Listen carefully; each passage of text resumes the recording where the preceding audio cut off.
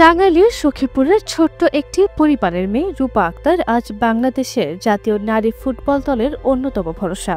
একজন ভ্যান চালকের মেয়ে হয়ে জন্ম নিয়েও রূপা দেখিয়েছেন দরিদ্র নয়, ইচ্ছাশক্তি আর পরিশ্রমী পারে স্বপ্ন পূরণ করতে। পরিবারের অগণিত আর্থিক সংকট, সমাজের বাধা আর প্রতিকূলতার ঝড় কিছুই দমিয়ে রাখতে পারেনি তাকে। আজ রূপা কেবল একজন ফুটবলার নন, তিনি হাজারো মেয়ের অনুপ্রেরণা। জাতীয় দলে তার দৃঢ় অবস্থান আর সংগ্রামী জীবনের গল্প তরুণ প্রজন্মকে শিখিয়ে দিচ্ছে, স্বপ্নে বিশ্বাস রাখলে কোনো বাধাই তোমাকে থামাতে পারবে না। বাংলাদেশ নারী ফুটবল দলের প্রতিটি সাফল্যের পেছনে রূপার মতো খেলোয়াড়দের অবদান চিরস্মরণীয় হয়ে থাকবে। ওয়ালটন এখন দেশের সীমানা পেরিয়ে পৌঁছে গিয়েছে 50টিরও বেশি দেশে। ওয়ালটন, ঘরে ঘরে বিশ্বজুড়ে। রূপার বাবা আব্দুল রহিম খান, তার স্বপ্ন ছিল ফুটবলার হওয়ার। স্বপ্ন পূরণে বড় বাধা হয়ে দাঁড়ায় দারিদ্রতা। নিজের স্বপ্ন পূরণ না হওয়ায় আশা ছিল তার সন্তানকে খেলোয়াড় বানাবেন। বাজার করতে গেছি, ওই সময় মেয়ে ফোন দিছে যে আব্বা টাকা লাগবে, তখন বাজার বাদ দিয়ে তারপরে মেয়ের কাছে টাকা দিয়ে তারপরে পাঠাই দিয়ে পরে নিজে চলে আসছি।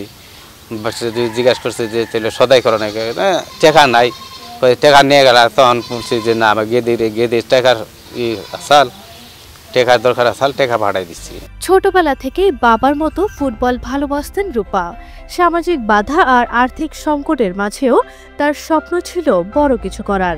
রূপা আক্তার কাদেরনগর সরকারি প্রাথমিক বিদ্যালয়ে পড়াশোনার সময় বঙ্গমাতা ফুটবল টুর্নামেন্টের মাধ্যমে নজরে আসে জেলা ক্রীড়া সংস্থা পরিচালক কামরুন নাহারের। তারপর রূপা আক্তারকে আর পেছনে ঘুরে তাকাতে হয়নি।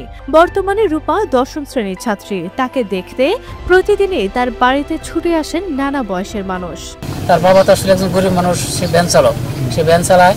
তো আমরা সবাই উৎসাহ দিছি, যতটুকু হয়তো আর্থিক দিকে সহযোগিতা না করতে পারলে উৎসাহ দিয়ে তাদেরকে আমরা ওইভাবে এগিয়ে নিয়ে যাওয়ার চেষ্টা করছি আর কি।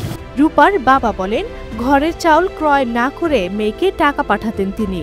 মেয়ের খেলা থাকলে সেদিন আর কাজে যান না এই বাবা। যখন মনে করেন যে গোল করে, যখন মনে করেন যে মানে দৌড় দিয়ে একটা যায়, তখন আমার মনে করেন যে আমি নিজেই মনে করেন যে খুশিতে মানে কান্দা দেই, আত্মহারা হয়ে যায়। রূপার মা বলেন, মেয়েকে যখন টেলিভিশনের পর্দায় দেখেন খুশিতে আত্মহারা হয়ে যান। নিজেও বলতে পারেন এত খুশি লাগে, এত আনন্দ লাগে মেয়ের খেলা দেখে। রূপার গল্প প্রমাণ করে, স্বপ্ন যদি সত্যি শক্তিশালী হয় তাহলে কোনো দারিদ্রতা, কোনো বাধা, কোনো সমাজে তা থামাতে পারে না। তিনি শুধু একজন ফুটবলার নন, তিনি বাংলাদেশের প্রতিটি মেয়ের অদম্য স্বপ্নের প্রতিচ্ছবি।